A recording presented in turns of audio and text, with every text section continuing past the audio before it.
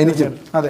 പിന്നെ ഇനി വാണിജ്യ വാർത്തകളിലേക്ക് പോയാൽ ട്രംബണോമിക്സിൽ നേട്ടം പ്രതീക്ഷിച്ച് ഇന്ത്യ. എന്താണ് ട്രംബണോമിക്സ് എന്നാണ് ഇനി പറഞ്ഞു വരുന്നത്. പറയൂ. പേര് കേൾക്കുമ്പോൾ ട്രംബണോമിക്സ് അല്ലേ, എക്കണോമിക്സ് എന്നൊക്കെ പറഞ്ഞാല്. ഓക്കെ, ഡൊണാൾഡ് ട്രംപിന്റെ സാമ്പത്തിക രംഗത്തെ അജണ്ടകളും നയങ്ങളും തത്വങ്ങളും ചേരുന്ന പദമാണ് ട്രംബണോമിക്സ്. ഓക്കെ, ഇന്ത്യ US വ്യാപാരത്തിന് ഇതെങ്ങനെ സ്വാധീനിക്കും എന്ന് നോക്കാം. നിലവിൽ അമേരിക്കയും ഇന്ത്യയുമായുള്ള പ്രതിവർഷ വ്യാപാരം 19,000 കോടി ഡോളറിലധികമാണ്. 2020 മുതൽ 2024 വരെ ഇന്ത്യയിൽ നിന്ന് കയറ്റുമതി 46% വർധനയോടെ 7,750 കോടി ഡോളറിലെത്തി. അമേരിക്കയിൽ നിന്നുള്ള ഇറക്കുമതി കാലയളവിൽ 17.9% ഉയർന്ന് 4,220 കോടി ഡോളറായി മാറിയിട്ടുണ്ട്.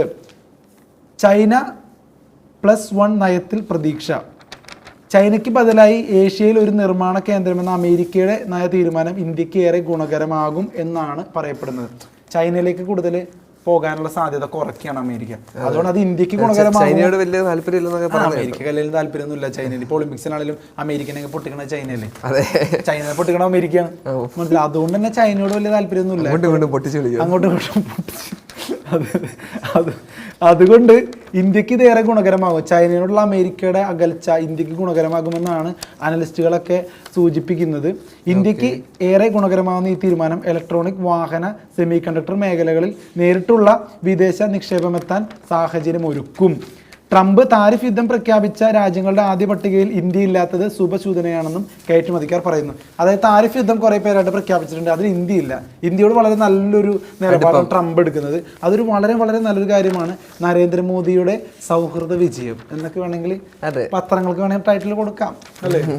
അതല്ല, ഇത് നമ്മുടെ നയതന്ത്രപരമായ വിജയമാണ്. കാരണം ഇന്ത്യ എല്ലാവരോടും ഒരു സമാധാനത്തിന്റെ പാതയിൽ യുദ്ധങ്ങളൊന്നും ഇല്ലാതെ മുന്നോട്ട് പോകുന്നതിന്റെ ഒരു അനന്തര ഫലമായിട്ട് വേണമെങ്കിൽ ഇതിനെ കാണാം തീർച്ചയായിട്ടും.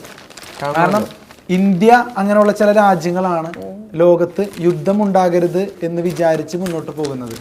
അതിന്റെ ഫലമായിട്ടാണ് നമ്മളൊക്കെ ഇപ്പോഴും അത്രയും സുരക്ഷിതരായിട്ട് ജീവിക്കുന്നത്. നമ്മൾ ഇങ്ങോട്ട് ബോംബിടാൻ വന്നാലേ ഉള്ളൂ അങ്ങോട്ടുള്ള പരിപാടി. എന്നാലും സമാധാന ചർച്ചയിലൂടെ പോകും അല്ലെ. പല സെൻസിറ്റീവ് ആയിട്ടുള്ള രാഷ്ട്രങ്ങൾ നമുക്ക് ചുറ്റുമുണ്ട്, ഇന്ത്യക്ക് ചുറ്റുമുണ്ട്.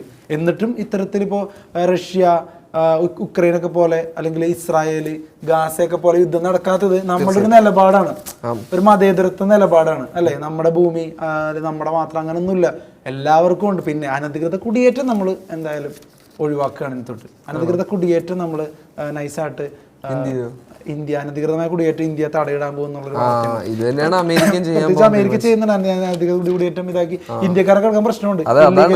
അങ്ങനെ ചെയ്യുമ്പോൾ ഇന്ത്യക്കാർക്കടക്കം പ്രശ്നമുണ്ട് തീർച്ചയായിട്ടും. അപ്പോ